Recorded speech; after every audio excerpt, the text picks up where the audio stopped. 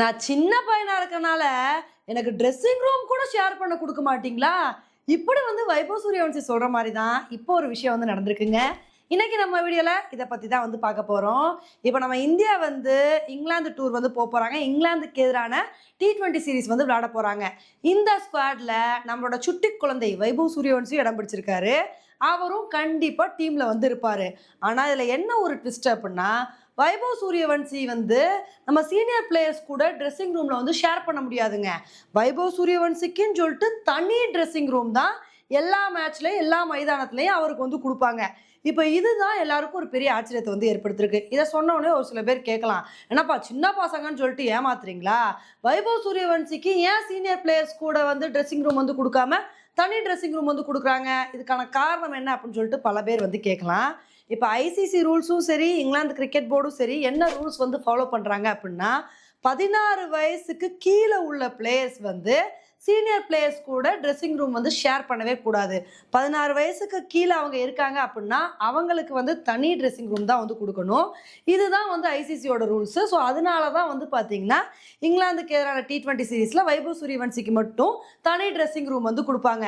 இப்போ இதை சொன்னோன்னே ஒரு சில பேர் கேட்கலாம், எப்போ அப்புறம் எப்படி அவர் பிளேயர்ஸ் கூட டிஸ்கஷன்லாம் பண்ணுவார்? எல்லா பிளேயர்ஸும் ட்ரெஸ்ஸிங் ரூமில் டிஸ்கஸ் பண்ணும்போது வைபவ் சூரியவன்சி மட்டும் எங்கே போவார்? இதெல்லாம் நியாயமா அப்படின்னு கேட்கலாம்.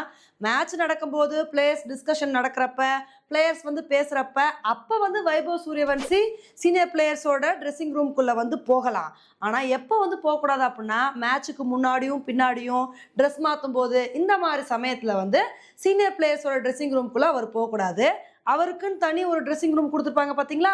அந்த இடத்துல தான் அவர் ட்ரெஸ் எல்லாம் சேஞ்ச் பண்ணிக்கணும். பார்த்தீங்களா, ஒரு சின்ன பையன் டீமில் இருக்கிறது எவ்வளோ பெரிய சிக்கலை ஏற்படுத்துது அப்படின்னு சொல்லிட்டு.